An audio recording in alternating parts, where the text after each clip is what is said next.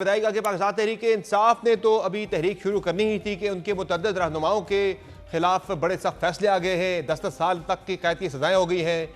3 opposition leader Pakistan Tehreek Insaf के disqualify हो रहे हैं। सेनेट से गया उनका लीडर ऑफ द अपोजिशन, कौमी असम्बली का लीडर ऑफ द अपोजिशन भी, उनको भी सजा हो गई। पंजाब के अंदर भी लीडर ऑफ द अपोजिशन को सजा हो गई।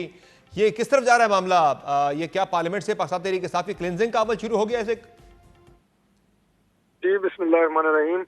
देखिए, कोई क्लिनजिंग प्रोसेस नहीं है, ये एक नॉर्मल लीगल प्रोसेस है। और 9 मई के जो वाकयात थे, यकीनन वो एक बड़ा पाकिस्तान की तारीख के बड़े एक बदनुमा चैप्टर है। और खुद पाकिस्तान तहरीक इंसाफ भी उन्हें कंडेम और वो करती रही है कि जी हम भी इनकी मजम्मत करते हैं।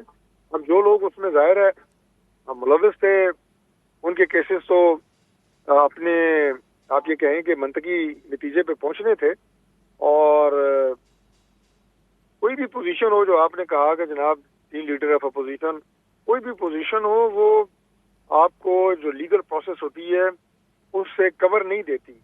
हमारे दौर में जब हम इवन गवर्नमेंट में थे, तो हमारे जो मेंबर कौमी असेंबली हैं 2-5 साल के लिए नायल हुए थे, डिस्क्वालीफाई हो गए थे। खुद प्राइम मिनिस्टर जो हैं वो डिस्क्वालीफाई हो गए थे। तो ये है कि एक अदालती प्रोसेस है। और इससे पहले यूसुफ रजा गिलानी साहब को देखें, सुप्रीम कोर्ट ने उन्हें डिस्क्वालीफाई कर दिया।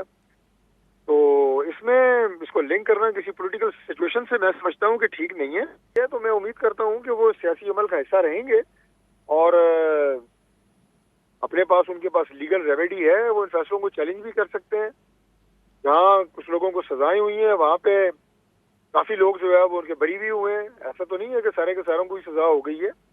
जो शवाहिद मौजूद थे अदालत के सामने, उन्हें देखते हुए अदालत ने जो सजाएं दी हैं उन्हें चैलेंज किया जा सकता है। तो they should go for the legal remedy. अब तो तहरीक इंसाफ जो है वो गौर कर रही है इस चीज़ के ऊपर भी कि ज़रा वो 75 के करीब उनके पार्लियामेंटेरियन जो हैं उनके ऊपर ये तलवार लटक रही है नाअहली की सजाओं की वजह से। तो आज बैरिस्टर गौर साहब ने इशारा दिया है कि वो असेंबलियों से इस्तीफे भी दे सकते हैं, इस पर गौर हो रहा है।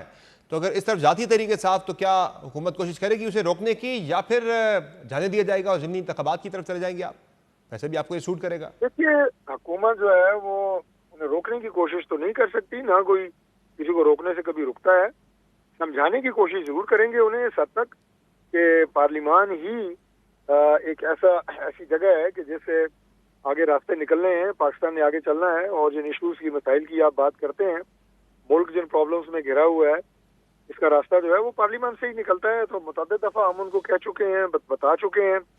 तो मुझे उम्मीद है कि इंशाल्लाह वो समझेंगे इस बात को और